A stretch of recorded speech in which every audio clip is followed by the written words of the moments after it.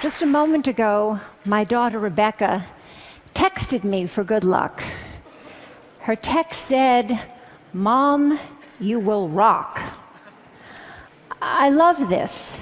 Getting that text, it was like getting a hug. And so there you have it. I embody the central paradox. I'm a woman who loves getting texts, who's going to tell you that too many of them can be a problem. Actually, that reminder of my daughter brings me to the beginning of my story, 1996, when I gave my first TED Talk. Rebecca was 5 years old, and she was sitting right there in the front row. I had just written a book that celebrated our life on the internet, and I was about to be on the cover of Wired magazine. In those heady days, we were experimenting with chat rooms and online virtual communities. We were exploring different aspects of ourselves, and then we unplugged. I was excited.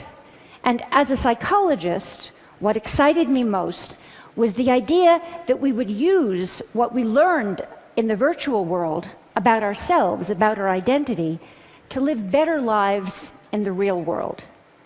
Now, fast forward to 2012, I'm back here on the TED stage again. My daughter's 20, she's a college student. She sleeps with her cell phone. So do I. And I've just written a new book, but this time it's not one that will get me on the cover of Wired magazine. So what happened? I'm still excited by technology, but I believe, and I'm here to make the case, that we're letting it take us places that we don't want to go. An 18-year-old boy who uses texting for almost everything says to me wistfully, someday, but certainly not now, I'd like to learn how to have a conversation. When I ask people, what's wrong with having a conversation? People say, I'll tell you what's wrong with having a conversation. It takes place in real time, and you can't control what you're going to say. So that's the bottom line. Texting, email, posting, all of these things let us present the self as we want to be. We get to edit, and that means we get to delete. And that means we get to retouch the face, the voice, the flesh, the body. Not too little, not too much, just right. Human relationships are rich, and they're messy, and they're demanding. And we clean them up with technology. And when we do, one of the things that can happen is that we sacrifice conversation for mere connection. We shortchange ourselves. And over time, we seem to forget this, or we seem to stop caring. I was caught off guard when Stephen Colbert asked me a profound question. A profound question. He said, don't all those little tweets, don't all those little sips of online communication add up to one big gulp of real conversation? My answer was no, they don't add up. Connecting in sips may work for gathering discrete bits of information. They may work for saying, I'm thinking about you, or even for saying, I love you. I mean, look at how I felt when I got that text from my daughter. But they don't really work for learning about each other, for really coming to know and understand each other. And we use conversations with each other to learn how to have conversations with ourselves. So a flight from conversation can really matter because it can compromise our capacity for self-reflection. For kids growing up, that skill is the bedrock of development. Over and over I hear, I would rather text than talk. And what I'm seeing is that people get so used to being shortchanged out of real conversation, so used to getting by with less, that they become almost willing to dispense with people altogether. So, for example, many people share with me this wish that someday a more advanced version of Siri, the digital assistant on Apple's iPhone, will be more like a best friend, someone who will listen when others won't. I believe this wish reflects a painful truth that I've learned in the past 15 years. That feeling that no one is listening to me is very important in our relationships with technology.